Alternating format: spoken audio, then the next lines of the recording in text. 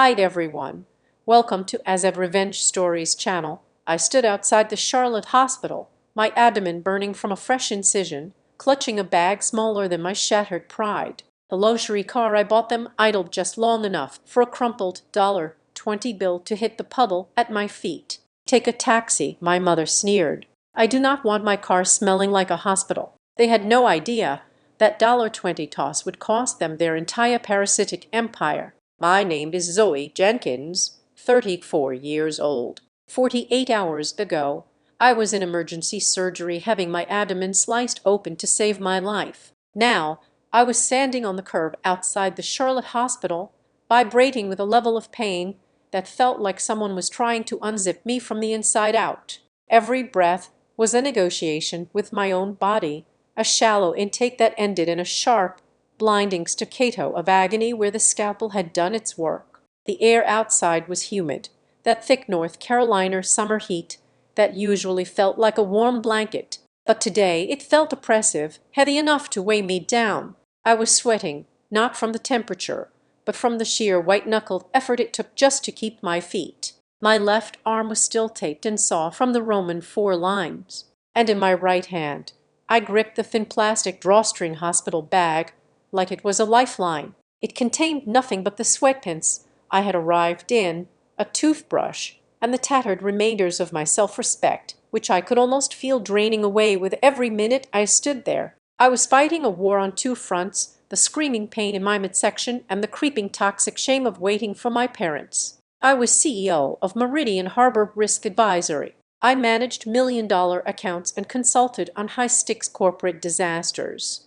I was built for resilience, for control. But right now, standing there, I felt reduced to a small, frightened girl who just needed someone to take care of her. I had called them after I woke up from anesthesia. They hadn't picked up the first 4 times. When my mother, Celeste, finally answered, her first question wasn't about the surgery. It was why I was calling her at 4:00 on a Tuesday. I had explained, my voice thinned by the narcotics and the terror I was still feeling, and I begged for a ride.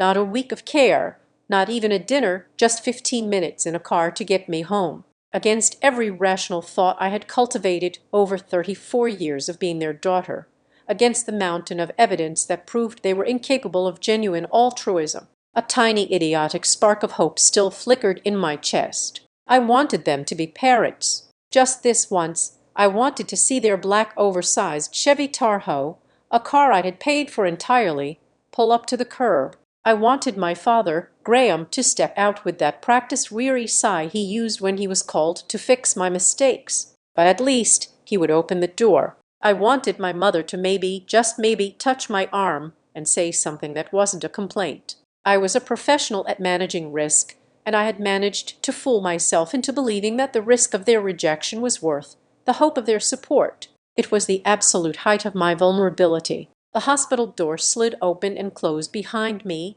a sterile rhythm I knew by heart now, mocking my anticipation. I checked my watch, but my eyes were too blurry from pain and unshed tears to read the time. The sidewalk seemed to vibrate. The noise of traffic on King's Drive was amplified, a cacophony of engines and horns that assaulted my ears. A woman walked by pushing a baby stroller, smiling, totally unaware of the battle occurring 5 feet away from her. I felt exposed, an open wound waiting to be infected by the harsh realities of the outside world. I closed my eyes for a second, fighting nausea, and pictured the soft sheets of my bed. That's all I needed. Just the bed, just to lie down. That was when the Tahoe pulled up. It was 20 minutes late, but a surge of relief hit me so hard I almost buckled. There it was, a glossy $65,000 monolith of engineering that I had purchased 72 weeks ago for their retirement ease. I saw the tinted glass windows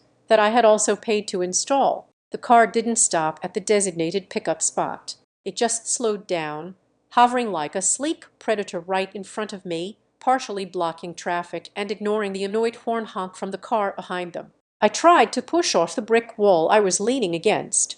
I was smiling, a grimace of pain and gratitude. Thank God, I whispered to the humid air. I started to take that agonizing first step forward, the world tilting slightly. I was preparing my apologies for making them come out.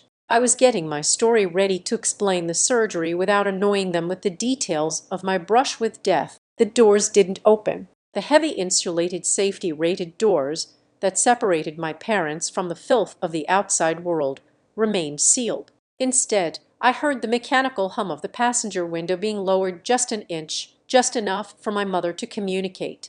I could see the edge of her perfectly blown-out hair, I knew had cost $300 at the salon downtown yesterday, because I was the secondary user on that credit card account. I froze on the sidewalk, my progress halted by confusion. "Mar," I croaked, my voice cracking. A hand emerged from the faint gap in the glass. It was my mother's hand.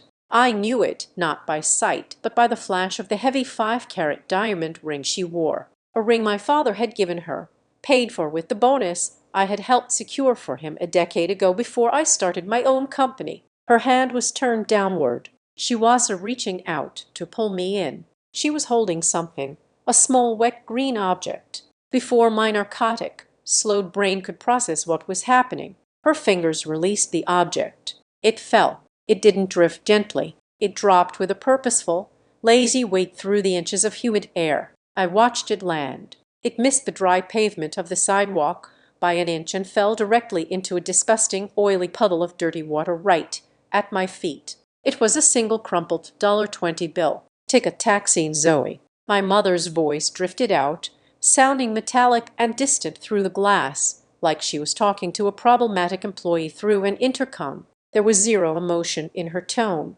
just a flat nasal annoyance. "Your father does not want the new car smell ruined.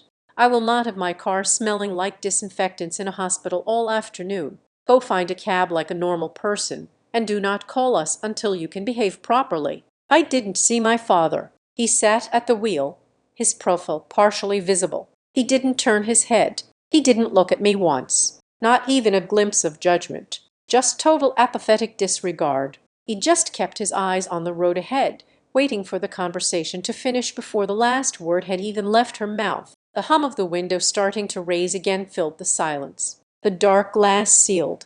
I was looking at my own reflection. I was looking at a woman who was a CEO, a daughter, and now apparently a health hazard with a value of exactly $20. The Tahoe immediately accelerated, a $75,000 machine, leaving me in a cloud of diesel fumes and rejection, speeding off toward the safety of the leafy suburbs. I continued to finance. The force of the humiliation hit me harder than the physical pain had. I stood there surrounded by strangers who were pretending not to look, my mouth slightly ajar, my breath leaving me in ragged gas. The hospital bag slipped from my fingers, hitting the sidewalk with a pathetic thud. The tiny spark of hope I had held on to didn't just flicker out.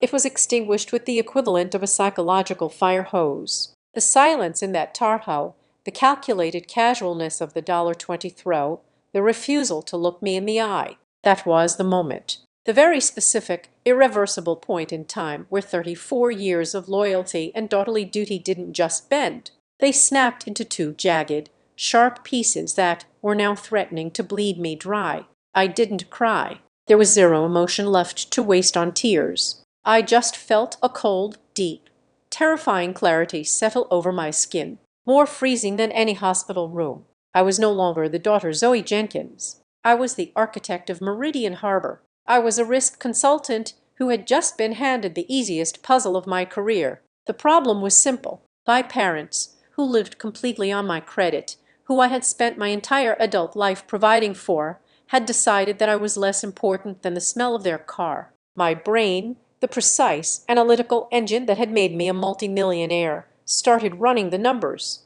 I slowly, agonizingly, forced myself to bend at the waist. Every single muscle in my abdomen shrieked in protest. The heat was blinding. The oily, filthy water of the puddle seeped around the $20 bill. I didn't care. I needed that bill. I wasn't just taking their money. I was retrieving my new operating capital. My fingers, shaking with pain and an icy, newfound fury, closed around the wet $20 bill. As I lifted it out of the dirty water, I felt the stitches at my midsection pole, a terrifying tearing sensation that was worth every second. I wasn't the weak, frightened girl anymore. I was a victim who had just been given her opening statement. I watched their Tahoe disappear into the midday traffic, and I smiled. A real sharp, predatory smile that was devoid of any hope. I wasn't waiting for them to pick me up. I was waiting for them to start begging. I pulled out my phone with one hand, gripping the wet $20 bill in the other.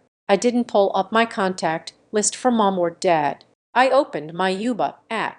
I didn't type in the address to the magnificent 5-bedroom craftsman house in the country club neighborhood that I had purchased for Graham and Celeste 5 years ago. The house that they always described as the perfect family home to their envious friends. I typed in the address of a sleek 98th floor glass and steel apartment building in the heart of downtown Charlotte. A 2-bedroom penthouse that I had bought as a distressed asset 3 years ago and had never, not once mentioned to them, to my parents. It didn't exist. To me, it was now ground zero for the next 3 months of my recovery and the launching pad for the systematic dismantling of their fraudulent parasitic reality. I looked at the wet $20 bill in my hand. I wasn't using it for the ride. I was using it as a prop in the final scene of the family drama. I had a story to finish, and it wasn't going to be about my forgiveness. I stepped into the waiting U-Boat, and I left that hospital and that daughter behind me 6 months before I found myself bleeding on the pavement. My life was a masterclass in high-functioning masochism. I was the founder and chief executive officer of Meridian Harbor Risk Advisory. If a regional bank president got caught embezzling or a tech startup faced a massive data breach, my phone rang. I built the firm from a folding table in a windowless studio apartment into a premier crisis management agency in Charlotte. It took blood, sweat, and a diet consisting mostly of black coffee and adrenaline. I lived on a strict schedule of 14-hour work days, sometimes 16 when a client's stock price was plummeting toward zero. I did not have weekends. I had periods of less intense panic where I could briefly catch my breath before the next corporate fire broke out. And while I was navigating boardrooms and drafting press releases at 2 in the morning, Graham and Celeste were busy perfecting the art of professional leisure. They wore their luxurious lifestyle like a bespoke suit, perfectly tailored and entirely unearned. To them, the velvet ropes of Charlotte's upper crust were not barriers. They were welcome mats laid out by the sheer force of my bank accounts. I paid for their sprawling 5-bedroom house. I paid the exorbitant property taxes. I paid the steep monthly dues at the Brookless Civic Club so my father could play 18 holes of golf with retired judges and hedge fund managers. I funded their winter trips to the mountains and their summer escapes to the European coast. I covered their premium concierge medical insurance, the landscaping service, the pool maintenance, and the weekly delivery of organic groceries. These were not luxuries to them. They considered this their baseline, the absolute minimum standard of living they were owed simply for existing and bringing me into the world. The truly maddening part was the narrative they spun for their social circle. If you sat next to my mother at a charity luncheon, she would lean in, swirling her expensive glass of imported wine, and sigh about how hard it was to raise a driven child.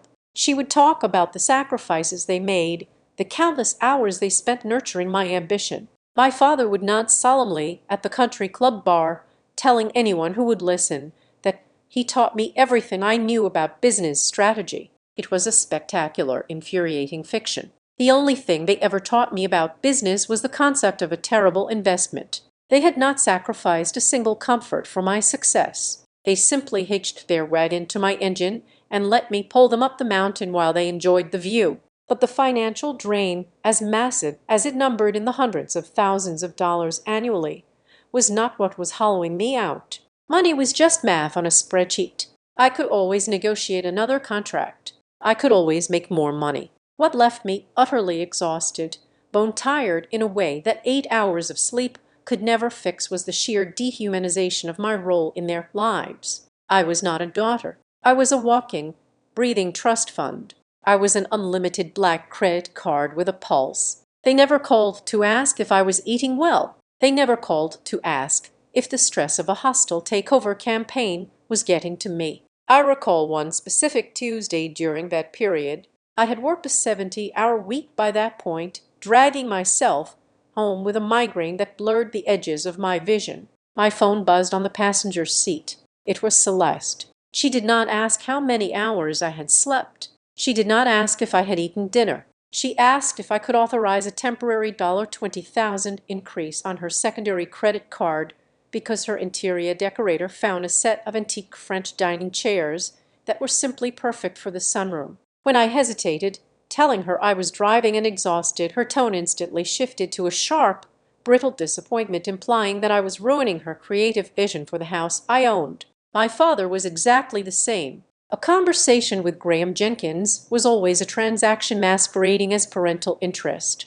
He would ask about a high-profile case I was handling, not because he cared about my professional growth, but because he wanted to gauge what my year-end dividend might look like. He needed to know if he could comfortably upgrade his wine cellar with rare vintages, or if he should wait until the next fiscal quarter. I was a human stock ticker to them, and as long as my value was trending upward, they were content to tolerate my presence. I remember a Friday night dinner party they hosted 3 months before the surgery. I had paid the catering bill, which amounted to $4,000 for hors d'oeuvres and prime rib. I arrived late, wearing the same suit I had worn since 6 in the morning. I was running on empty, desperate for a quiet corner and a warm meal. Instead of welcoming me, my mother pulled me aside into the hallway. She looked me up and down, her eyes critical. She told me I looked exhausted and that my pale face was bringing down the mood of the party. She suggested I go upstairs and rest so I would not ruin the aesthetic of her perfect evening with her high society friends.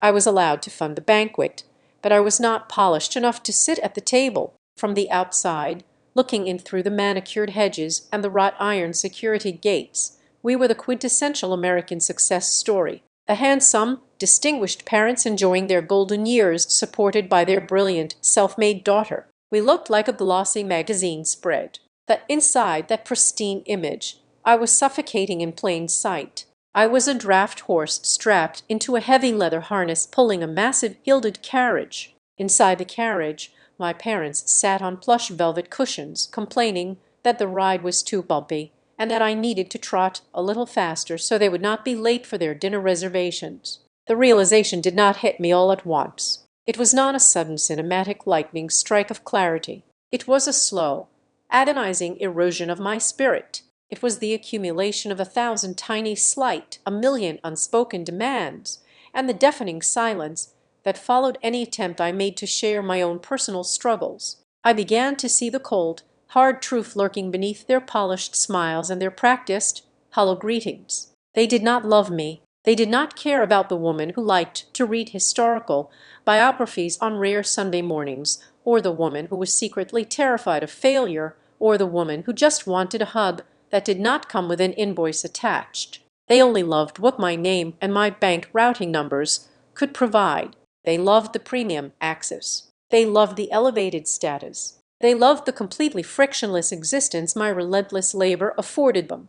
I was retained in their lives, not out of any biological bond or familial warmth, but simply because I was the strongest, most reliable financial asset they possessed in their portfolio. I was the load-bearing wall of their extravagant reality. If you removed me, the entire structure would collapse into dust. And the most tragic part of it all was that I had let them build it. I had handed them the bricks. I had mixed the mortar with my own sweat and youth. I had believed the fundamental lie that if I just bought them enough things, if I just made their lives perfectly comfortable and free of consequence, eventually they would look at me and see a daughter worth loving for free. It took me 34 years to understand that their greed was a bottomless pit and their capacity for genuine affection was a vacant lot. Those 6 months were a silent, grueling marathon of resentment building up in my chest. Every invoice I paid felt like a heavy stone added to a burden I was forced to carry. Every luxury vacation I funded felt like a direct insult to my own exhaustion. I was funding my own emotional starvation. I was keeping them swathed in cashmere and silk while I was slowly freezing to death inside. The foundation was already rotten long before I'd ever ended up in that hospital bed. The pavement and the puddle were just the physical end of a break that had been tearing my soul apart for months. It happened on a Tuesday evening in late October. The air outside was turning crisp, but inside the sprawling dining room of my parents' estate, the atmosphere was suffocatingly thick. I was seated at the long polished mahogany table I had shipped directly from Milan for my mother's birthday 3 years prior. The crystal chandelier overhead cast a warm, expensive glow over a spread of roasted lamb and winter vegetables. A meal prepared by the private chef I kept on a monthly retainer. I was exhausted. I had spent the last 11 hours negotiating a hostile takeover defense for a client. My brain a tangled knot of legal clauses and risk assessments. I just wanted to eat in peace, maybe watch the fire in the hearth, and pretend for one night that I was simply a daughter visiting her family. But Graham and Celeste did not call me over for a casual meal. They called me over for a board meeting. My father waited until the chef had cleared the salad plates before he cleared his throat. It was his signature move, a practiced sound that meant he was about to make a pronouncement. He leaned back in his custom-upholstered chair, swirling a glass of Cabernet that cost more than most people made in a week, and announced that they had found the perfect property, a lakefront vacation home on the most exclusive peninsula of Lake Norman. He described the wraparound decks, the private boat slip, and the sweeping views of the water. My mother chimed in, her eyes wide with a feverish excitement, explaining that 2 other couples from the Brook Glass Civic Club were already bidding on houses in the same cove. They needed to secure this property to solidify their social standing. The earnest money deposit, my father casually stated, would be $300,000, and they needed me to wire the funds to their escrow account by Friday morning. I stopped chewing. The piece of lamb in my mouth suddenly tasted like sawdust. I looked from my father's expectant face to my mother's eager smile. For the first time in my adult life, I felt a hard, cold wall slam down inside my chest. I set my silver fork onto the porcelain plate. The soft clink echoed loudly in the cavernous room. I looked my father directly in the eye and told him no. I kept my voice steady, professional, stripping away the emotional weight of the word. I explained the reality of my firm's current situation. Meridian Harbor was facing a temporary but severe cash flow bottleneck. 2 of our largest enterprise clients had frozen their vendor payments due to internal audits. We were missing nearly $1 million in projected revenue for the quarter. While the company was not in imminent danger of bankruptcy, I had to exercise extreme fiscal caution. I needed to protect the payroll for my 65 employees and keep a solid operational reserve. My personal accounts were acting as a safety net. I could not, under any circumstances, liquidate $300,000 for a luxury summer home. I expected disappointment.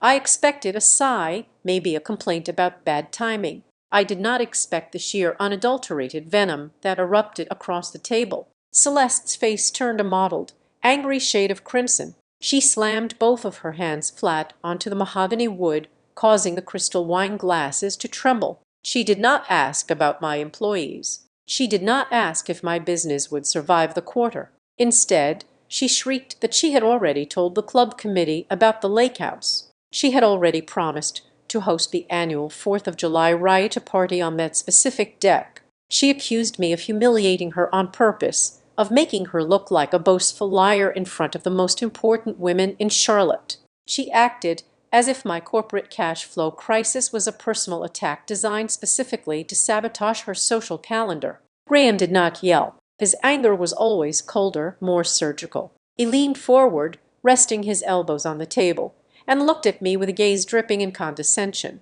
He told me I was putting on a pathetic act. He accused me of fabricating this sudden financial crisis just to dodge my obligations to the family. He used that exact word, obligations. He stated that I was wealthy enough to absorb a minor business hiccup and that I was simply being selfish. He then lowered his voice, delivering the killing blow. He implied that without my continuous financial backing, their entire social infrastructure would collapse. He made it crystal clear that in his mind, their prestigious reputation and their ability to impress their country club friends were vastly more important than my mental health, my financial security, or the survival of the company I had built from nothing. The dining room instantly transformed into a courtroom, and I was the prime suspect on the witness stand. The air grew incredibly thin. I felt a tight, agonizing band wrapping around my chest, cutting off my oxygen. I was being relentlessly interrogated, battered with guilt trips and accusations simply because my wallet had momentarily snapped shut. Every single thing I had ever bought them, every bill I had ever paid, meant absolutely nothing in the face of this single refusal. I was drowning in their entitlement. The noise of their complaining blurred into a steady, deafening roar in my ears. I reached my absolute breaking point. I did not raise my voice. I did not offer another defense. I simply pushed my chair back. It scraped harshly against the floorboards. I stood up, left my napkin on the table, and walked away. I ignored my father, demanding I sit back down.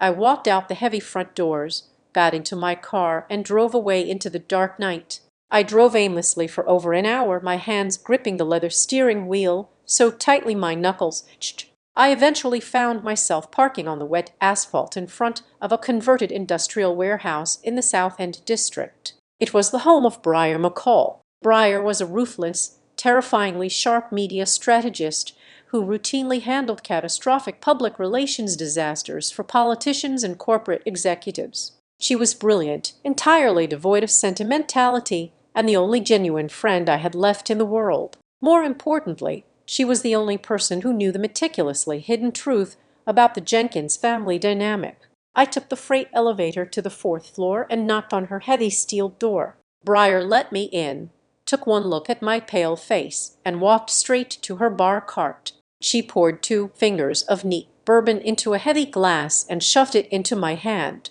She guided me to her massive leather sofa and ordered me to speak. I sat there in the dimly lit loft, surrounded by exposed brick and modern art, and I spilled everything. I told her about the duck dinner, the $300,000 demand, the screaming, the accusations, and the sickening realization that my parents viewed my business solely as a printing press for their vanity projects. I talked until my throat burned and the glass in my hand was empty. Briar did not offer me a hug. She did not murmur sweet platitudes about how families go through rough patches. She sat in an armchair opposite me, her dark eyes pinning me to the cushions. She delivered the truth with the precision of a scalpel. She told me I was not acting like a daughter. I was acting like a hostage who had fallen in love with her captors. She pointed out that I had never actually tested their affection. I had spent my entire adult life preemptively paying my own ransom, buying their approval month after month, year after year. She said I had absolutely no idea if Graham and Celeste Jenkins loved me, or if they just fiercely loved the bulletproof, luxurious shield my money provided them against the real world.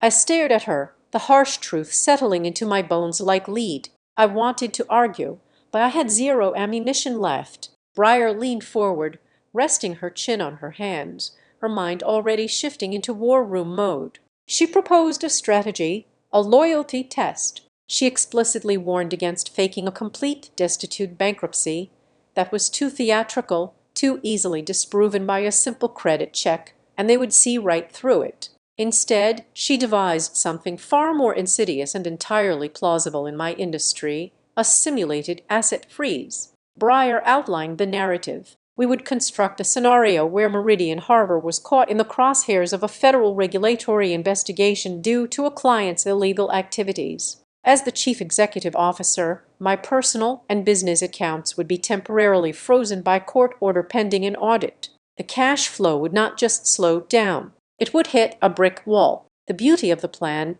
was in its rigid legalistic realism. I would not be asking them for a handout because I was a failure. I would be forced into sudden temporary poverty by the heavy hand of the law. I would lose my credit cards, my ability to authorize transfers, and my independence. The test was simple. We would strip away the gold plating, shut down the automated teller machine they called a daughter, and see exactly what kind of parents remained when the money vanished. I looked at Briar, feeling a dangerous new resolve hardened in my chest, and I told her to start drafting the plan. I sat in the leather armchair of Nalan Voss's downtown office on a rainy Thursday morning. Nalan was my personal attorney, a man whose suits were as sharp and uncompromising as his legal strategies. Together with Briar, we finalized the intricate details of our fabricated disaster. We needed a story airtight enough to survive Graham's cynical scrutiny, but terrifying enough to justify a complete and total financial blackout. The narrative we crafted was a masterpiece of corporate panic. I would claim that a major federal contractor Meridian Harbor advised had been flagged for massive compliance violations. As a result, pending an exhaustive and highly publicized audit, a federal injunction had supposedly mandated a temporary but absolute freeze on all executive compensation and personal banking accounts linked to my firm. The beauty of this lie was its paralyzing nature. I could not simply write a check or authorize a wire transfer without allegedly committing a federal felony. To sell the illusion of total defeat, I had to physically look the part. I stripped away the polished veneer of the chief executive officer. I packed 3 canvas duffel bags with plain denim jeans, faded college sweatshirts, and unbranded sneakers. I drove to the sprawling suburban estate in a rented economy sedan, leaving my usual luxury vehicle hidden in a secure downtown garage. When I walked through the heavy double doors of the house, I gathered Graham and Celeste in the sunroom. The morning light caught the dust motes in the air. As I delivered the performance of my life, I kept my voice shaky, my shoulders slumped. I explained the audit, the frozen accounts, and the sudden, terrifying lack of liquidity. I told them I was forced to dramatically slash my own personal overhead immediately, which meant giving up my expensive city lease and moving out. I asked if I could stay in the spacious guest suite overlooking the rose gardens just for a few months until the lawyers cleared my name and the accounts were unlocked. What I did not mention during this tearful plea, what Nolan had masterfully orchestrated 5 years ago, when I first acquired this magnificent property, was the true nature of the deed. Graham and Celeste firmly believed they were the sole proprietors of this estate. They bragged about their homeownership constantly. In reality, the property was owned outright by an irrevocable blind trust that I fully controlled. They possessed merely a conditional right of residency. They were glorified, non-paying tenants, a crucial detail neatly buried deep within a stack of dense legal jargon they had eagerly signed without bothering to read. I was essentially asking permission to stay in a house I legally owned. As I made my request, Mrs. Gable, the notoriously gossipy neighbor from across the street, happened to be walking her golden retriever near our open patio doors, spotting a potential audience. Celeste immediately activated her flawless maternal persona. She rushed forward with practiced grace, pulling me into a stiff, perfumed embrace. She projected her voice just loud enough for Mrs. Gable to hear, declaring that family always provides a safe harbor during the darkest storms. Graham stepped up right on cue, nodding sagely and adjusting the collar of his cashmere cardigan. He placed a heavy hand on my shoulder and proclaimed that blood is thicker than water, and we would weather this minor financial inconvenience together as a united front. It was a beautiful, heartwarming tableau of American family solidarity. The moment Mrs. Gable disappeared down the sidewalk and the heavy mahogany doors clicked shut, the temperature in the foyer plummeted by 10.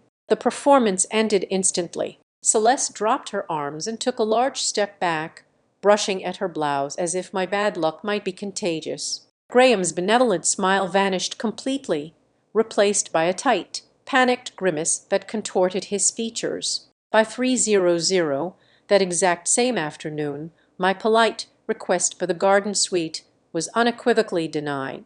Celeste claimed with a wave of her manicured hand that she had already promised that specific room to a visiting spiritual advisor for an upcoming weekend meditation retreat. It was a blatant lie, but I did not contest it. Instead of a comfortable bed and fresh air, she directed me to the cramped windowless storage room situated directly adjacent to the laundry machines on the ground floor. The space was suffocatingly small. It smelled sharply of bleach, damp lint, and neglect. There was no closet, only a rusted metal rack. My bed was a narrow, squeaky cot they had begrudgingly dragged out from the dusty basement. It felt less like a bedroom and more like a holding cell. As I unpacked my meager belongings, Graham stood in the narrow doorway blocking the light. He held a small yellow notepad and a pen. He did not ask how I was holding up. He began listing a series of harsh new household regulations. Since I was no longer contributing financially to the upkeep of the estate, he stated coldly, I needed to drastically minimize my footprint. My showers were strictly limited to 5 minutes to conserve hot water. I was expressly forbidden from using the expensive imported laundry detergent Celeste preferred. I had to buy my own cheap soap if I wanted clean clothes. The central thermostat was locked behind a plastic guard, and I was not permitted to adjust the temperature. Regardless of how cold the basement room became at night, I was treated not like a daughter going through the most terrifying professional crisis of her adult life, but like a desperate, untrustworthy vagrant. They had reluctantly allowed to sleep in the scullery out of a misplaced sense of civic duty. That first night I lay rigid on the lumpy mattress, staring up at the exposed copper pipes running across the low ceiling. The walls in that lower section of the house were paper thin. I could hear every sound from the massive kitchen directly above me. I listened intently, waiting for the inevitable conversation. They were not discussing my legal peril. They were not wondering if my life's work was going to be dismantled by ruthless federal auditors. They were not expressing sympathy for my ruined reputation. I heard the sharp, distinct pop of a wine cork. Graham poured 2 heavy glasses. Then I heard Celeste's voice, shrill and escalating with mounting hysteria. She was hyperventilating over their upcoming 2-week luxury excursion to the Amalfi Coast. The final exorbitant payment for the villa was due in exactly 10 days, and my accounts were dead. She sobbed, not for me, but about the sheer crushing humiliation of losing their premium reservation. She cried over the outfits she had already purchased and the bragging rights she would have to forfeit. Graham paced the hardwood floor above, his heavy footsteps echoing like a metronome of anxiety right over my head. He muttered vicious curses about his golf club membership and the upcoming charity gala. He was terrified of the impending country club gossip. He dreaded the moment he would have to look his wealthy, judgmental peers in the eye and explain why his reliable cash cow was suddenly completely dry. He did not refer to me as his child. He referred to me as a massive, catastrophic liability. He angrily asked Celeste how long they would be forced to endure this embarrassment before I managed to fix my own mess and get the money flowing again.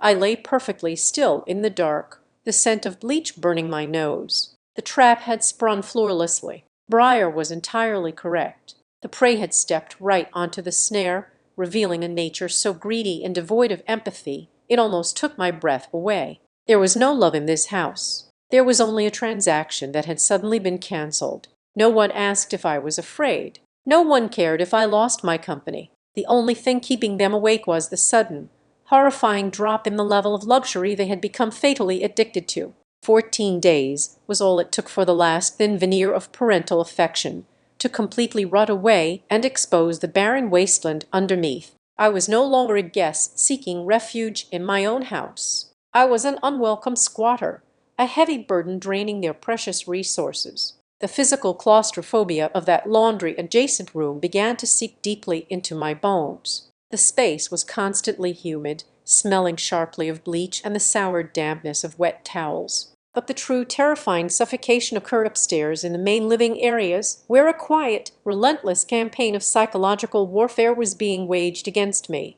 Every single piece of food I consumed was heavily monitored and ruthlessly audited. If I poured a second cup of standard drip coffee in the morning before heading to my laptop, Graham would pointedly clear his throat, stare at my mug, and deliver a harsh lecture about the rapidly rising cost of groceries. I was allotted precisely one thin slice of generic bran toast for breakfast, while they dined on fresh artisanal pastries and imported fruits purchased with the allowance they still had hoarded from my previous cash transfers. My daily hygiene was suddenly subjected to a strict totalitarian regime. My allotted shower time was brutally enforced by a timer. If I ran the water for more than exactly 5 minutes, Celeste would march down the hallway and rap her knuckles sharply against the thin bathroom door. She would shout that the hot water heater was not a public charity service and that I was showing a disgusting lack of respect for their utility bills. It was a bizarre, twisted reality where I was being aggressively disciplined for using the very water and electricity that my own invisible offshore trust accounts were secretly continuing to fund in full.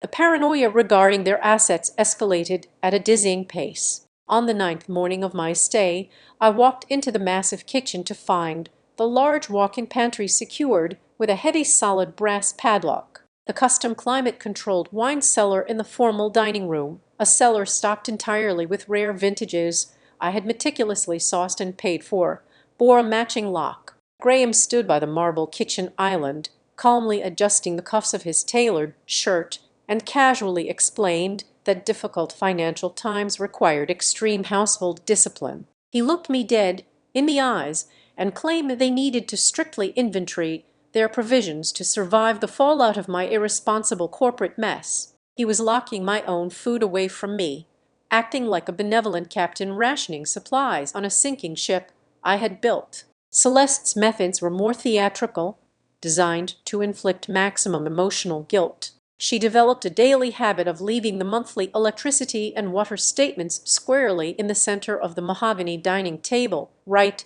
where I would be forced to see them when I sat down for my meager dinners. She would walk past my chair, let out a long, heavy, dramatic sigh, and mutter bitterly about how the bills were suddenly astronomical now that an extra body was lounging around the house all day. She completely and conveniently ignored the fact that I was still working 14-hour days managing my firm's supposed legal crisis from a cramped makeshift desk in a windowless room, while she kept the central air conditioning blasting at a frigid temperature to keep herself comfortable during her afternoon card games. The most glaring, humiliating symbol of their detachment sat gleaming in the pristine driveway. The massive black luxury sport utility vehicle I had bought them remained parked, polished, and largely unused. When a heavy rainstorm hit on the second Tuesday of my confinement, I politely asked Graham if I could borrow the keys just to drive 2 miles to the grocery store to buy my own permitted rations.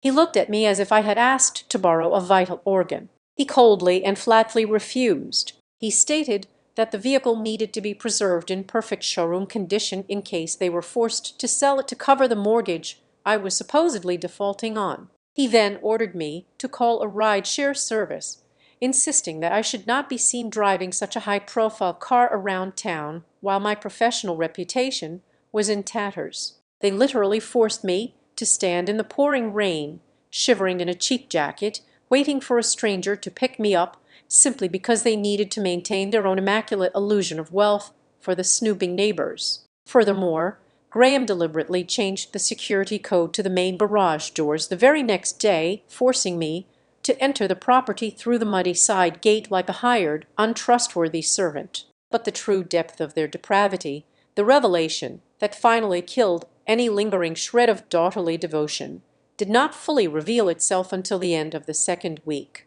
I was tasked with cleaning the home office, a demeaning chore Celeste had abruptly assigned to me as a mandatory condition of my continued residency. While emptying a waste basket beneath Graham's heavy oak desk, I noticed a crumpled piece of heavy stock paper. I smoothed it out on the floor. It was a formal meeting agenda from a boutique wealth management firm downtown, the very firm that employed a close golf-playing associate of my father from the Civic Club. The agenda was dated from exactly 2 days prior. I scanned the handwritten notes scribbled in my father's unmistakable handwriting in the margins. The words sent a shock of pure paralyzing ice straight through my veins. The notes detailed a legal strategy for establishing conservatorship and managing distressed assets in the event of an adult child suffering a sudden incapacity to govern their own affairs. I did not confront them. I carefully took a photograph of the document with my phone, slipped the paper back into the trash exactly as I had found it,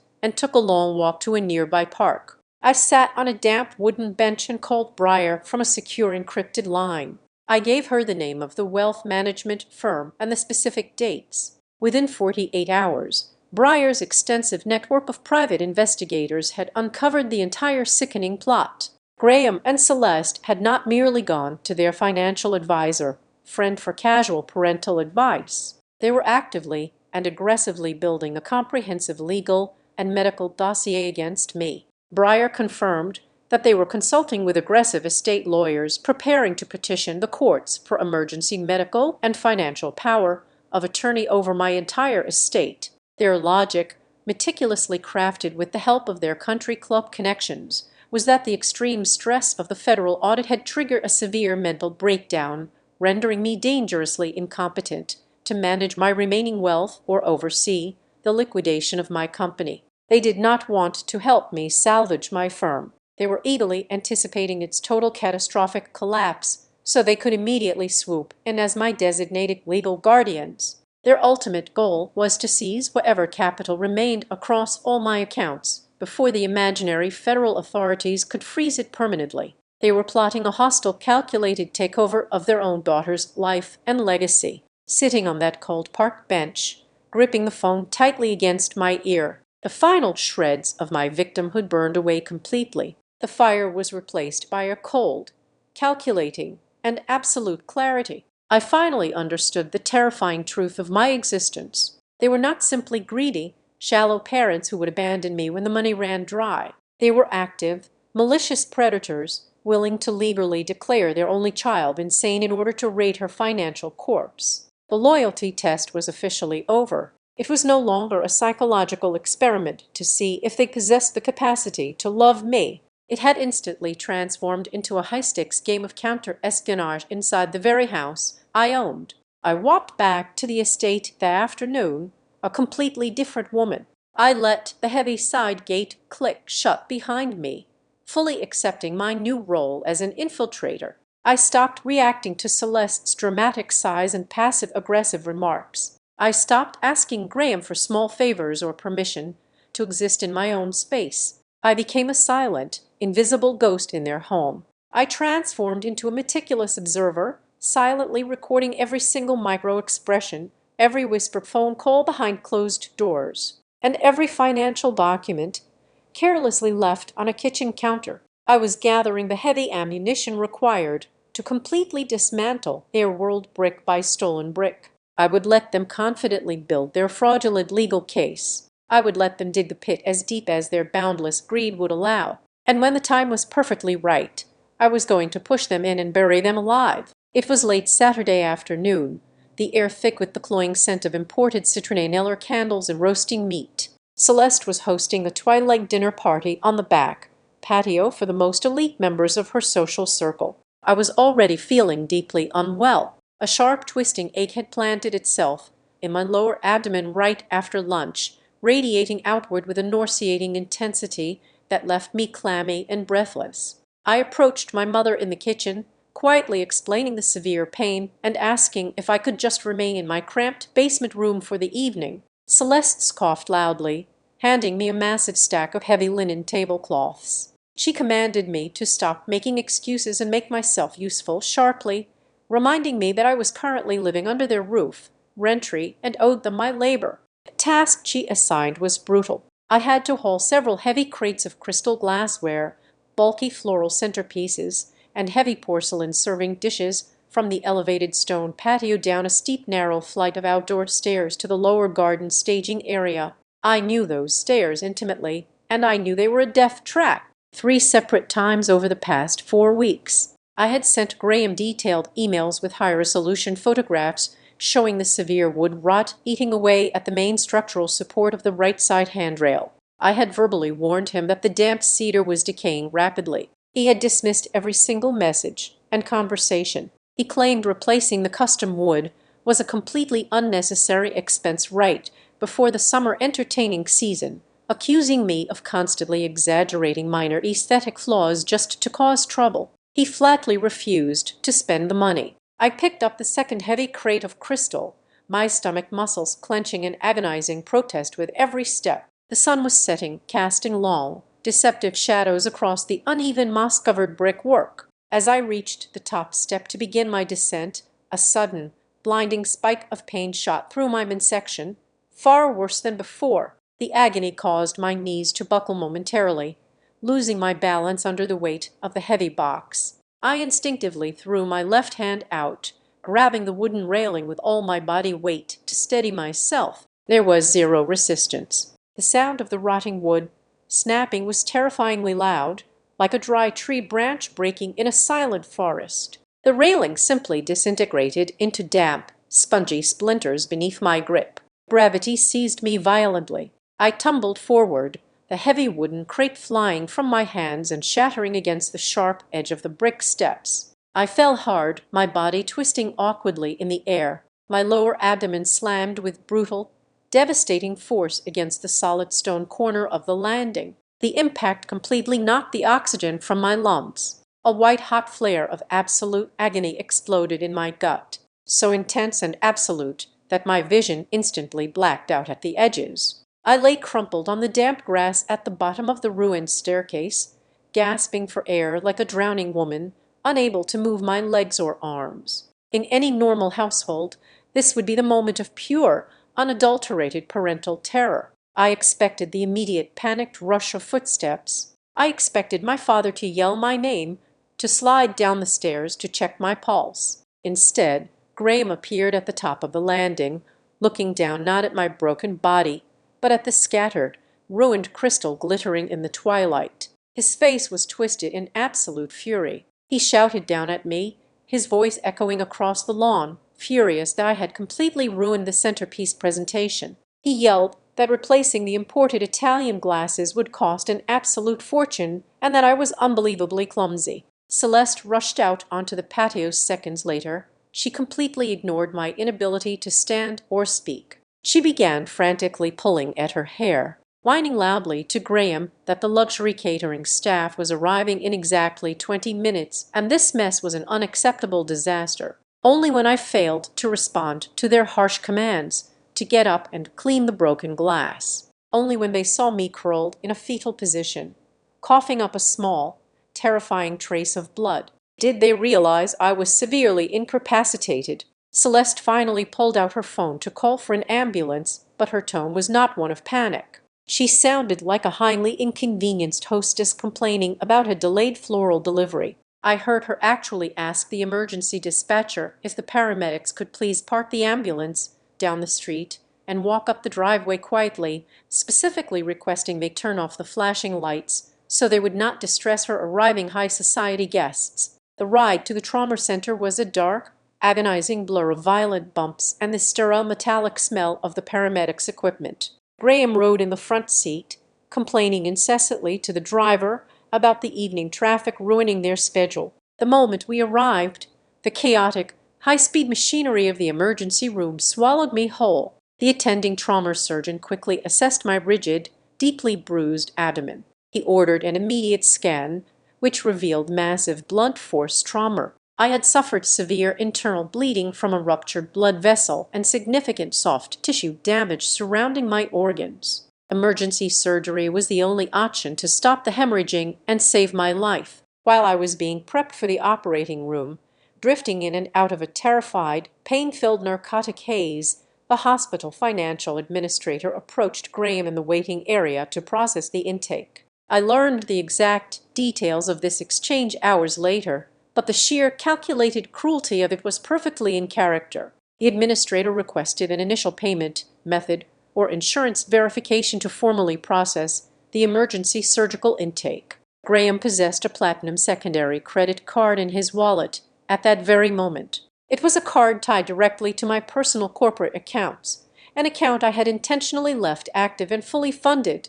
He could have swiped it without a single second of hesitation. Instead, he coldly and deliberately refused. He crossed his arms, looked the administrator dead in the eye, and stated that my financial affairs were currently a chaotic legal mess. He told the hospital staff that they would just have to figure out the billing on their own because he was not putting his name on any financial liability for my mistakes. He abandoned me financially right at the very threshold of the operating theater. Then Briar arrived.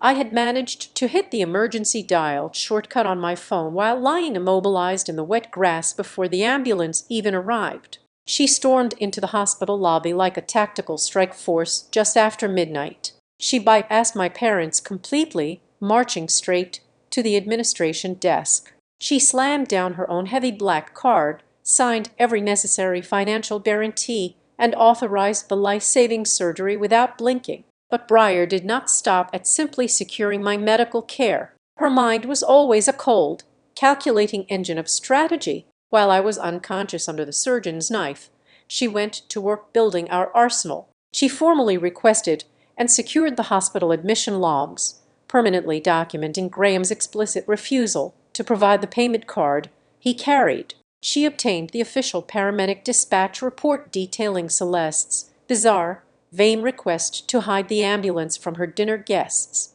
Most importantly, she logged into my remote cloud server and pulled the exact digital trail we needed.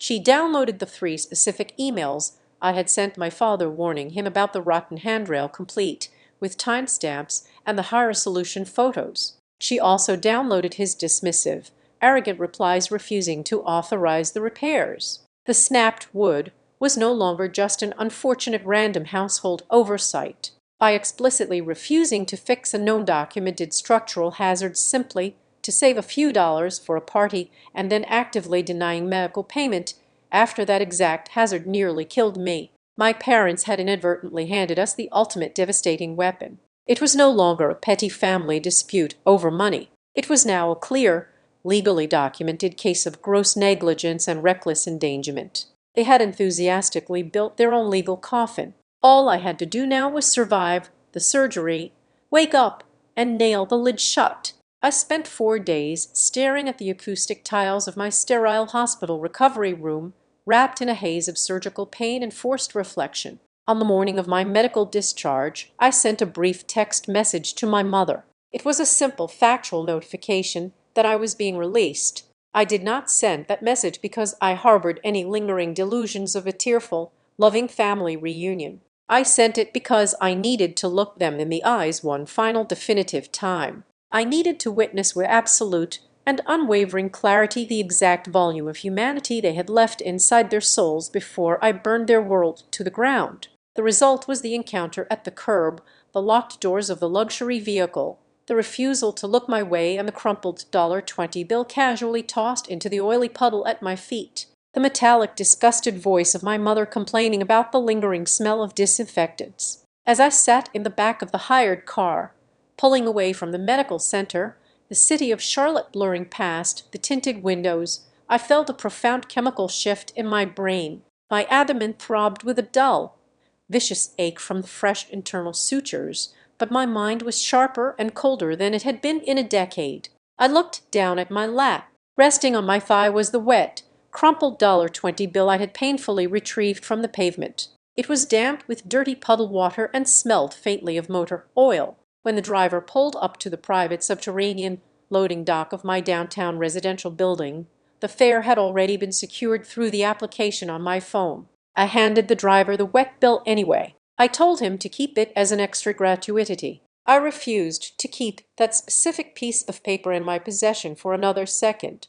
Handing it over felt like physically stamping the opening receipt for the final reckoning. It was the absolute cheapest buyout of a bloodline in recorded human history. The private elevator ascended smoothly to the 98th floor. When the polished steel doors parted, stepping into my penthouse felt like stepping onto a completely different planet. The apartment was a sprawling, immaculate expanse of floor-to-ceiling glass, cold gray marble, and minimalist Italian furniture. It was a high-altitude fortress my parents did not even know existed. Waiting for me at the massive quartz dining table were Nolan Voss and Briar McCall. The surface of the table was completely covered with open laptops, glowing monitors, neatly stacked legal DOS, and steaming cups of black coffee. They looked less like my corporate attorney and my media strategist, and more like a tactical military tribunal preparing to authorize a devastating drone strike. I walked slowly over to the table, forcing myself to ignore the sharp, tearing sensation in my core, and took the seat at the head. I did not need to debrief them on the hospital curb encounter. Briar took one look at my face, saw the dead, flat, absolute emptiness in my eyes, and simply nodded. She pushed a sleek silver laptop toward me and handed me a heavy gold fountain pen. I gave the execution orders in a voice that I barely recognized. It was completely devoid of hesitation, grief, or doubt. I instructed Nolan to immediately contact the executive branch of my wealth management division.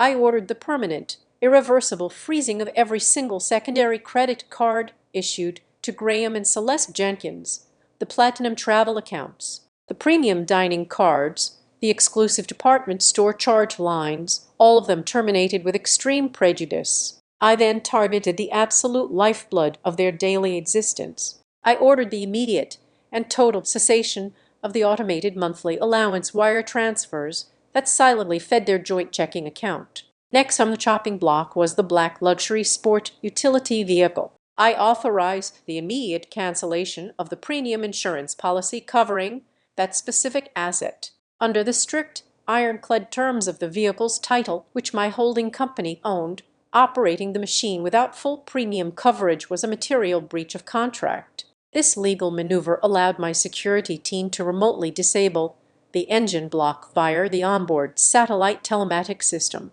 The car was now nothing more than a $75,000 paperweight sitting in their driveway. They were permanently grounded. Finally, we moved to the residential estate.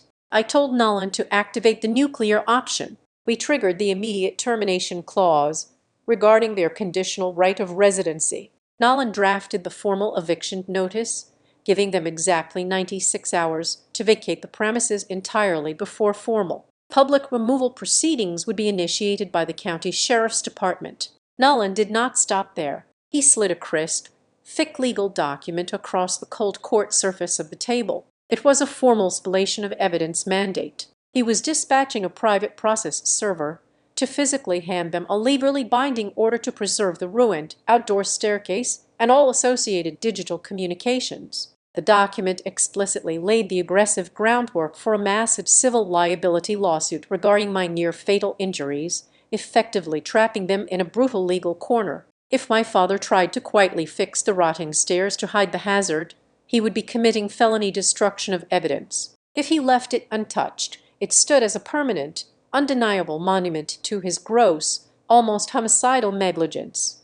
As I signed the final authorization, Breyer leaned forward, her expression turning distinctly predatory. She tapped a thick manila folder resting near my left elbow. She explained that while I was unconscious under heavy anesthesia on the operating table, her forensic accounting team had flagged a highly suspicious critical anomaly in my broader financial portfolio. Exactly 2 weeks prior, while I was living in their damp basement, eating tightly rationed slices of cheap bread, Graham and Celeste had made a bold, breathtakingly desperate move. They had attempted to forcibly penetrate a high-yield, private equity fund held solely in my name at a boutique downtown brokerage firm. They did not just ask the broker nicely. They had submitted a completely fabricated, durable power of attorney document. The paperwork was complete with a forged notary public seal and a heavily doctored physician's statement falsely claiming I had suffered a total psychological collapse and was mentally unfit to manage my own assets.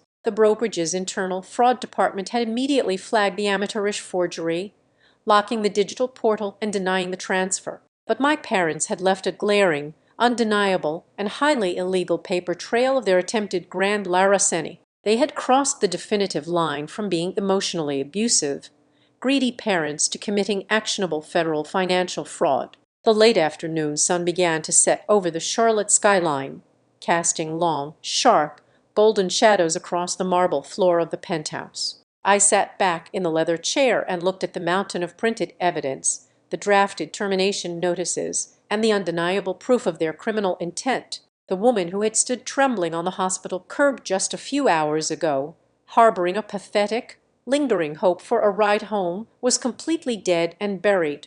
By 5:00 that evening, I was no longer a victim seeking validation. I was no longer a daughter trying to buy love. I was the architect of their total systematic destruction. I had become the sole undisputed authority in the universe, deciding exactly what my parents were going to lose, the precise, agonizing order in which they would lose it, and exactly how deeply the consequences would cut into their flesh. The crumpled $20 bill tossed into the dirty water had been the final signal flare. The grace period was over, and the war of attrition had officially begun. I sat in the absolute silence of my downtown penthouse, watching the digital notifications roll across my laptop screen.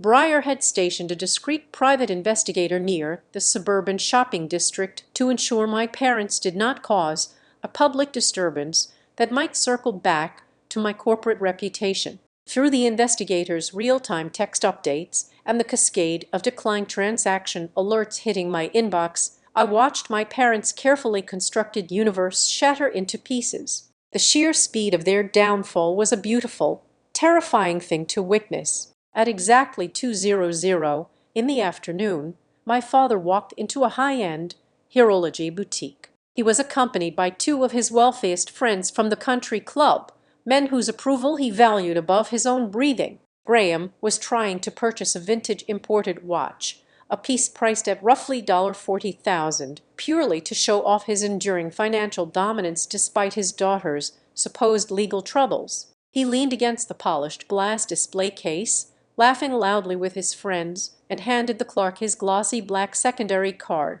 The clerk swiped the plastic. The terminal emitted a sharp, negative beep.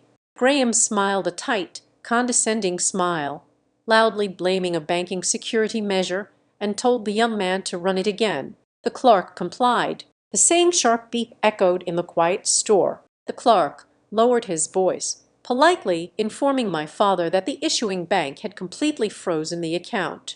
Graham's face turned a violet shade of purple. His friends abruptly stopped laughing, suddenly finding the ceiling tiles incredibly interesting. My father snatched the card back, muttering furiously about incompetent bankers, and stormed out of the boutique, leaving his shredded dignity on the pristine marble floor. While Graham was being humiliated among the watch cases, Celeste was experiencing her own public execution at a luxury department store across the plaza. She had piled the cosmetics counter high with imported facial serums, rare perfumes, and designer makeup palettes. When the cashier presented the total, Celeste casually handed over her premium platinum card. The system instantly rejected it. Annoyed, she dug into her designer purse and produced a second card. Denied, her breathing grew shallow as she handed over a third option, a card reserved for emergency travel expenses. The machine rejected that one as well. A line of impatient, impeccably dressed women had formed behind her.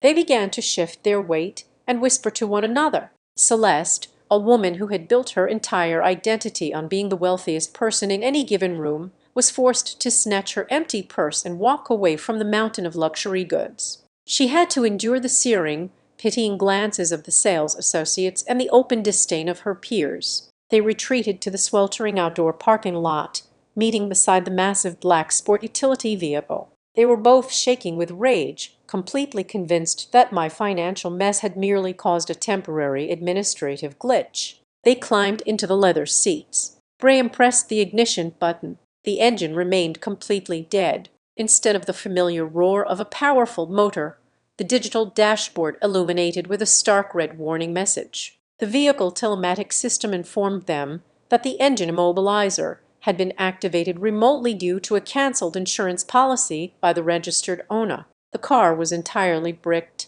They were trapped in a baking parking lot in a $75,000 piece of useless metal. While they sat sweating in the silent vehicle, both of their phones chimed in unison. It was an automated email from the Brook Glass Civic Club Board of Directors. The message formally stated that their quarterly membership dues, which had always been automatically drafted from the accounts I just closed, had failed to process. Effective immediately, their membership privileges were fully suspended. They were barred from the dining room, the golf course, and all social events until the balance was settled. The absolute worst fear they harbored, the loss of their elite social standing, had just become a recorded reality. They were forced to call a cheap local taxi to take them back to the estate. Sitting in the stained back seat, in complete terrified silence, the true devastation arrived right after sunset. I was pouring myself a glass of cold water when my phone screen lit up with an incoming call from Graham. I let it ring 3 times before sliding my finger across the glass to answer. I did not say hello. I just listened to the heavy, furious breathing on the other end of the line. Graham did not sound like a concerned father. He sounded like a feral animal trapped in a corner. He screamed into the receiver, his voice echoing with absolute rage. He demanded to know what kind of sick game I was playing. He ordered me to immediately call the banks, unlock the vehicles, and fix the country club issue before he came downtown and dragged me out of whatever hole I was hiding in. He used his deepest, most terrifying voice, the exact same tone that had made me shake with guilt and obedience since I was a small child. But as I stood looking out over the glittering city skyline, I felt absolutely nothing. My heart rate did not increase. My hands did not tremble. The psychological chains he had wrapped around my mind for 34 years had dissolved completely. I let him yell until his voice cracked. When he finally paused to take a breath, I spoke. My voice was quiet, flat, and completely devoid of mercy. I told him that I did not own the house he was standing in, and neither did he. I informed him that exactly 10 minutes ago, a private process server had taped a formal notice of lease termination to his heavy front door. I advised him to go read it. I told him he had exactly 96 hours to pack his personal clothing and vacate the premises before the county sheriff arrived to throw his belongings onto the street. I heard Celeste screaming hysterically in the background. She had just logged into her private laptop and discovered that her personal checking account, the one she used to hide money from my father, was completely frozen. She shrieked that she could not even buy groceries, that she had no cash to borrow, and that she was completely ruined. Graham tried to muster his authority one last time, threatening to sue me for everything I owned, claiming I owed them for raising me. I took a slow sip of my water. I told him he could certainly try to sue me, but he would have a very hard time finding a lawyer to represent a man facing federal forgery charges. The silence that fell over the phone line was profound. It was the sound of a massive, impenetrable ego suddenly hitting a concrete wall. I calmly explained that my forensic accounting team had secured the fabricated durable power of attorney he and Celeste had submitted to my private equity firm. I mentioned the forged notary stamp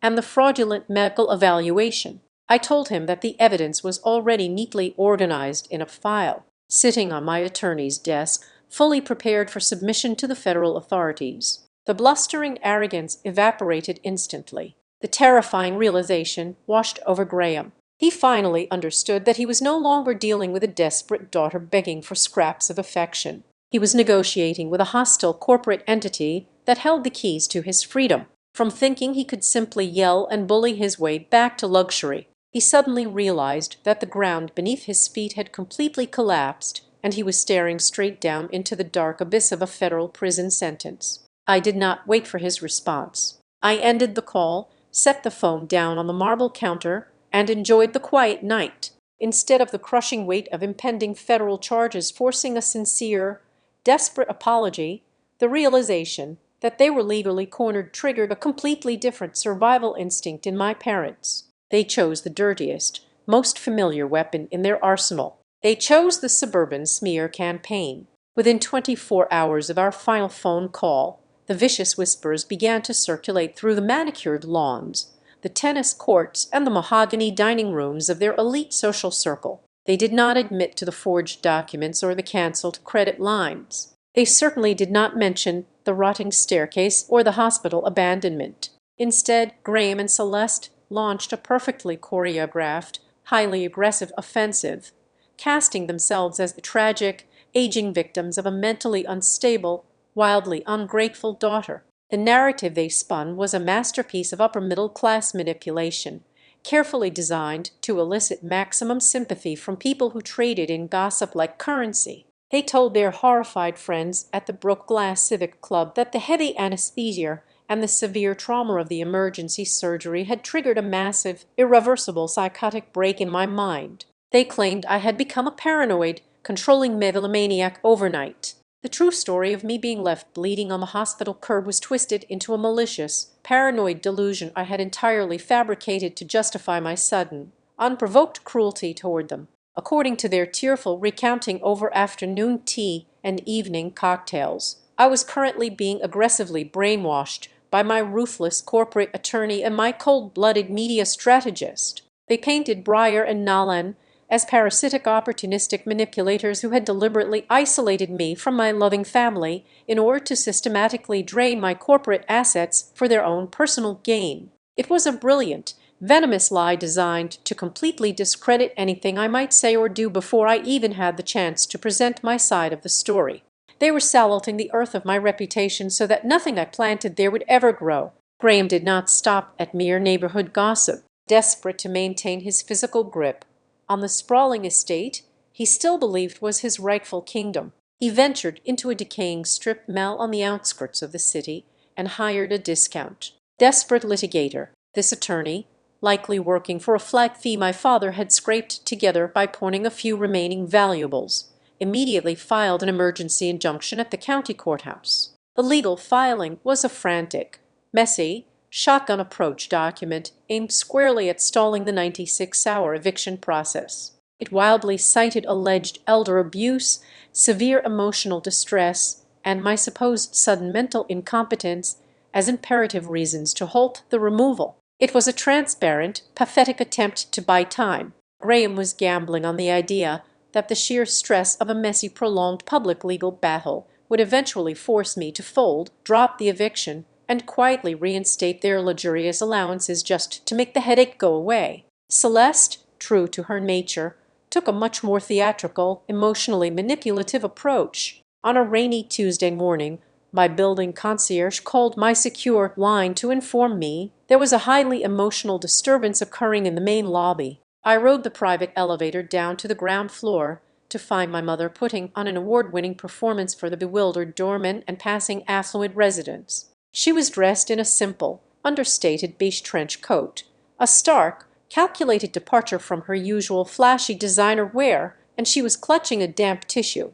Her face was streaked with perfectly calibrated tears, her makeup artfully smudged to convey deep maternal suffering. When the polished steel doors opened and I stepped out, she rushed toward me, her voice trembling and cracking. She loudly begged her little girl to please come back to her senses. She wailed, making sure her voice echoed off the high marble walls, that she forgave me for everything, that a family should never let a misunderstanding over money tear them apart, and that my father's heart was breaking from the separation. It was the exact same heavy emotional trap I had fallen into 100 times before over the last 34 years. The public spectacle, the manufactured tears, the heavy suffocating implication that I was the cold-hearted monster tearing the loving family apart. But standing in that cold, bright lobby, looking at the very same woman who had casually thrown a crumpled $20 bill into a puddle of dirty water while I bled, I felt absolutely nothing but a deep clinical disgust.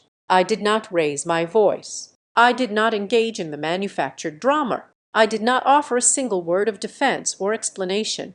I simply looked her directly in the eyes, a gaze devoid of any remaining daughterly affection. I turned to the head of building security, calmly instructed him to permanently add her face to the banned trespassers list and to call the police if she ever returned. And then I turned my back on her weeping figure. I stepped back into the elevator and rode straight back up to my sanctuary, leaving her to sob to an empty room. While Graham and Celeste were busy exhausting themselves with their pathetic amateur theater, my team was operating with the lethal, silent efficiency of a tactical strike force. Briar was not wasting a single second responding to the country club rumors. She was quietly, methodically archiving the absolute, undeniable truth. Her digital vault of evidence grew heavier and more devastating by the hour. She formally secured the unedited Hedefin Hospital security footage. The video was crisp and damning. It clearly showed the black luxury vehicle stopping,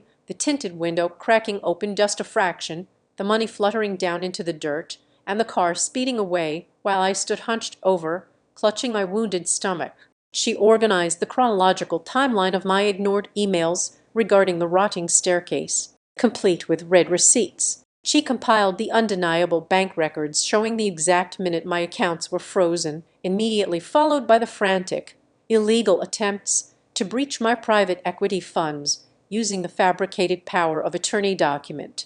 She even recovered deleted text messages between my parents from the night of my surgery, casually discussing how to lock down the money before the anesthesia wore off. Then, Nolan unearthed the absolute crown jewel of our case. During a deep forensic sweep of my father's recovered communications, an email surfaced that made the air in the penthouse turned to ice. It was a message Graham had sent to a senior banking executive exactly 4 months prior, long before the wooden stairs ever collapsed.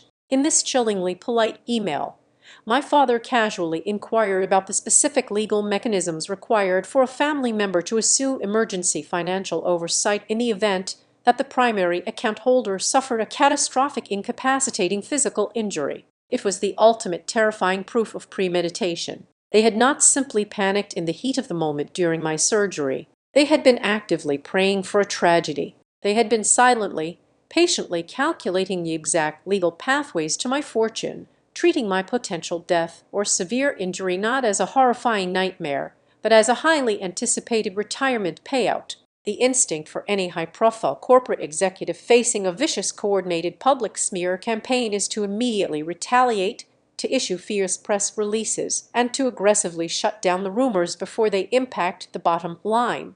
But looking at the mountain of devastating, irrefutable evidence Nolan and Breyer had assembled on the court's table, I made a completely different tactical decision. I ordered absolute total silence from my camp.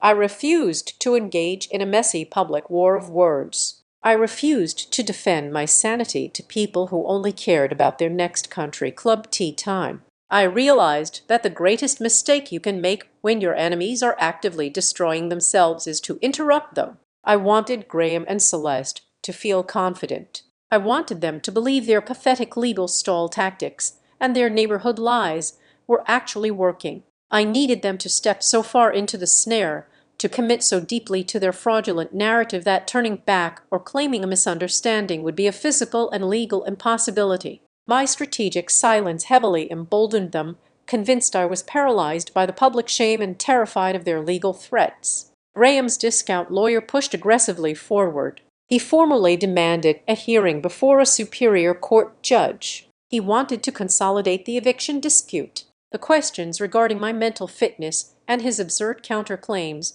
into one massive definitive legal showdown, fully expecting me to surrender before we ever saw the inside of a courtroom. It was exactly the fatal mistake we were waiting for. Nolan smoothly agreed to the consolidated docket without raising a single objection. The court officially scheduled a comprehensive binding hearing. It was set for a Thursday morning exactly 2 weeks away. This would not be a private negotiation or a quiet swept-under-the-rug settlement behind closed doors. It would be a sprawling public judicial proceeding where the strict rules of evidence applied, where perjury carried a mandatory prison sentence, and where the complete unvarnished truth would be permanently entered into the public record. The masks were finally going to be ripped off under the harsh, unforgiving fluorescent lights of a courtroom, and I was going to ensure they never found a way to put them back on. The courtroom was a stark, unforgiving arena that stood in massive contrast to the luxurious, insulated world my parents were so desperately trying to cling to. It smelled faintly of lemon, floor wax, and old paper, illuminated by harsh buzzing fluorescent lights that offered absolutely no shadows to hide in.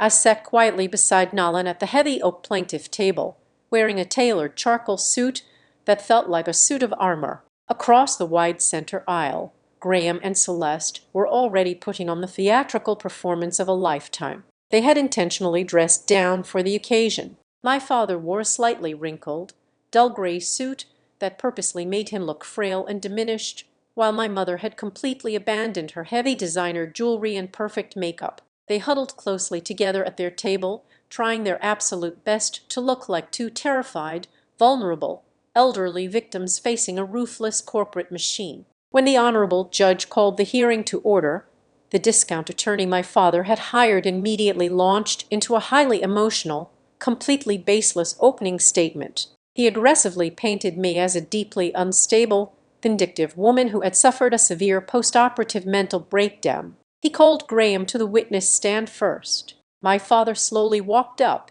placed his right hand on the holy book, swore to tell the whole truth, and immediately began lying with breathtaking ease. He spoke with a carefully manufactured, trembling voice, claiming to the court that I had explicitly promised them the massive estate as a permanent, unconditional gift to thank them for their years of unwavering parental support. He testified under oath that my sudden decision to freeze their accounts and issue an eviction notice was an act of uncontrollable, insane retaliation for imaginary slights. Celeste wept openly in the wooden gallery benches, nodding along as he detailed how they had always rushed to my side during every single crisis, sacrificing their own health and happiness to care for me. I felt absolutely no anger watching them commit perjury. I just felt a cold clinical detachment. I gave Nolan a brief silent nod. He stood up, buttoned his suit jacket, and approached the bench. He did not raise his voice or engage in their cheap emotional theatrics. He simply began handing the judge a stack of crisp,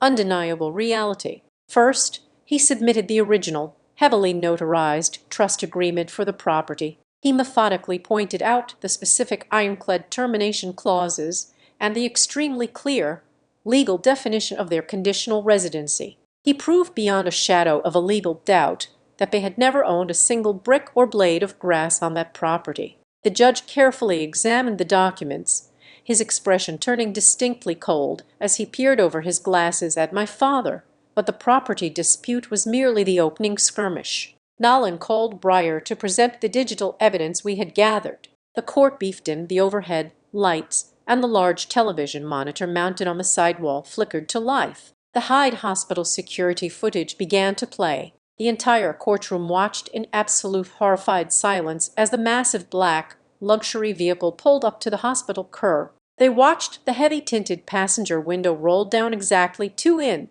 They watched my mother casually drop the crumpled $20 bill directly into a filthy puddle of water. And then the court watched me, hunched over in visible agony, clutching my freshly bleeding abdomen as I painfully bent down to retrieve the wet money while my parents simply accelerated and drove away. The silence in the room was thick and suffocating. It was a heavy collective disgust that seemed to press down physically on Graham and Celeste, but Nolan was far from finished. He immediately submitted the sworn signed affidavit from the hospital financial administrator. The document confirmed that Graham had explicitly refused to use the active secondary credit card sitting right in his wallet to pay for my emergency life-saving surgery. Following that, Nolan projected the series of emails I had sent weeks prior. The messages explicitly warned my father about the rotting outdoor staircase, complete with high-resolution photographs of the danger, followed by his arrogant, dismissive replies refusing to spend a single dime on repairs.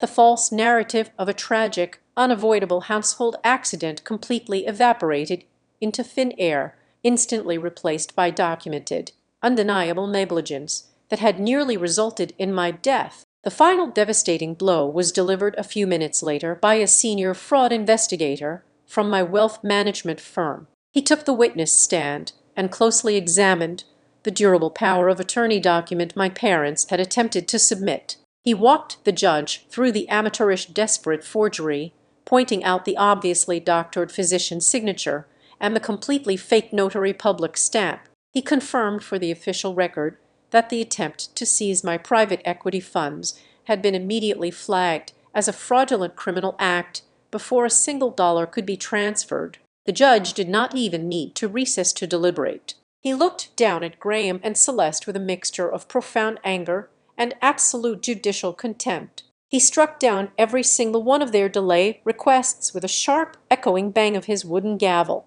He fully upheld the eviction notice, ordering them to vacate the property within 24 hours. Then he delivered the killing strike. He formally announced to the courtroom that he was forwarding the forged power of attorney documents directly to the district attorney office for an independent criminal investigation regarding felony financial fraud. Court was abruptly dismissed. Graham and Celeste completely collapsed into their chairs. The color drained entirely from their faces as the terrifying reality of potential prison time finally broke through their lifelong delusions of invincibility. I stood up, calmly gathered my legal files, and walked out the heavy double doors into the wide marble hallway. They scrambled out of the courtroom right after me, their previous arrogance completely gone.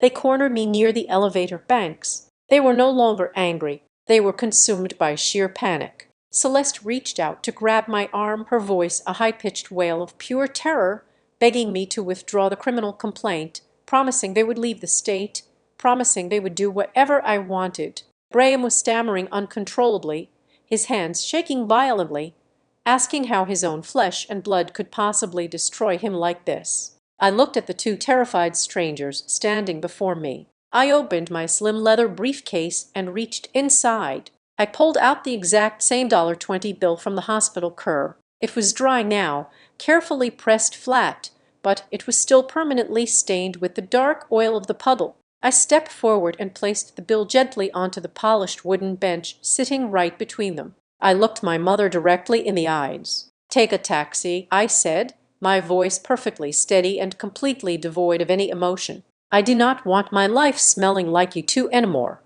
I turned around and walked toward the waiting elevator. I did not look back once. Behind me stood two people who had just permanently lost their luxury estate, their unlimited access to my wealth, their elite social standing, and their absolute final chance at redemption. I stepped into the elevator car and watched the polished steel doors slide shut, severing the connection forever. An hour later, I was back at Meridian Harbor Risk Advisory. The office was quiet and empty. I walked into my corner suite, turned on the warm overhead lights, and sat down at my heavy mahogany desk. I opened my laptop, ready to work, and felt a profound, incredible sense of peace wash over my entire body.